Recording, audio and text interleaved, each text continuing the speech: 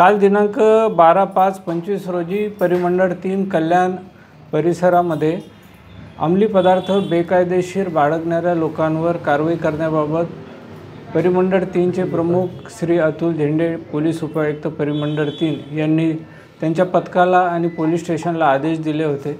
विशेष पथकांनी आणि पोलीस स्टेशननी संयुक्तरित्या ही मोहीम राबवली।